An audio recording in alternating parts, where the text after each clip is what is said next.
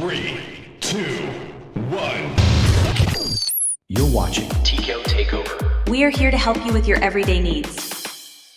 To download and install Marvel Rivals on your Windows computer, begin by searching for Marvel Rivals in Google and visiting the official website. From there, click on Play Now to choose between using Steam or the Epic Games Launcher.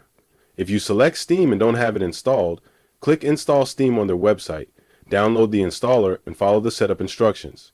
Once installed, open Steam, log in, and use the search bar to find Marvel Rivals. Click the game title to choose Play Game and follow the prompts to select your drive and start the installation. If you prefer the Epic Games Launcher, download it from their official site, install it, and log in. Use the search function to find Marvel Rivals, click Get, and it will be added to your library. Navigate to the library, select the game, choose your installation drive, and click Install. Confirm permissions if prompted. After installation, the game will be ready to play.